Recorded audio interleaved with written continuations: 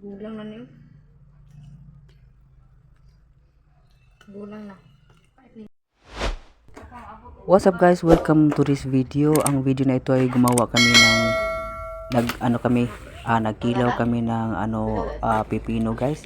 So at this moment gumawa kami ng mga ingredients sa pipino upang maging mga sausawan sa pipino.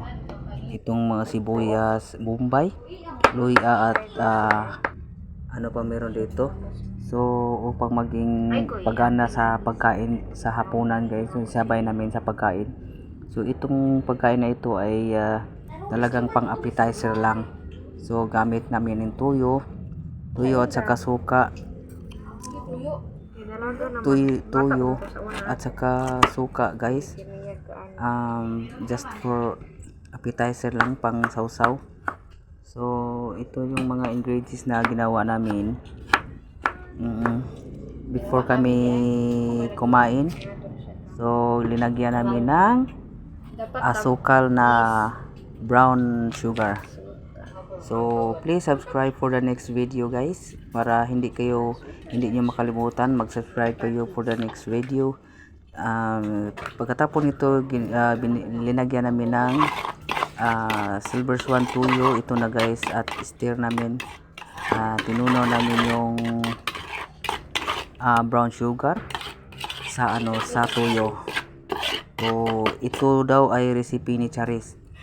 So dito guys, nag-prepare na kami ng pipino. Hindi namin binalatan kasi mas crunchy siya or crispy kapag may balat. Sabi-sabi po daw ng iba, dito daw sa balat makikita yung vitamins ng isang pagkain katulad nito, nutrients. Marami daw dito sa balat.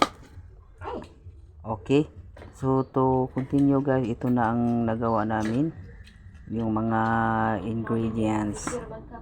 So yan guys, medyo marami to, tingnan mo, hindi namin binalatan, no? Mas masarap hindi binalatan. Napaka crunchy. Yeah. Tapos trip lang to guys upang maging magana ang pagkain ngayong gabi. Tripping lang to ng mga kids. So ito na guys, kumain na sila. So ako lang ang taga-video dito. May isda naman dito, isda. So ito na, mabilis silang kumain. Napakabilis, malapit na ako hindi matirhan dito. So, yan ang totoo. Tapos pagkatapos nito guys, kasi nahurot na nila yung pipino, cucumber, naubos na nila. So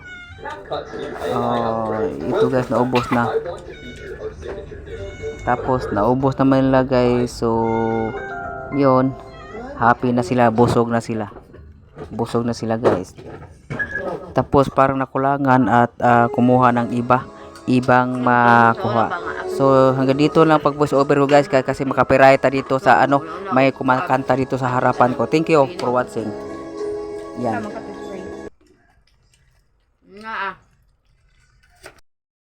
Gulang na niyo.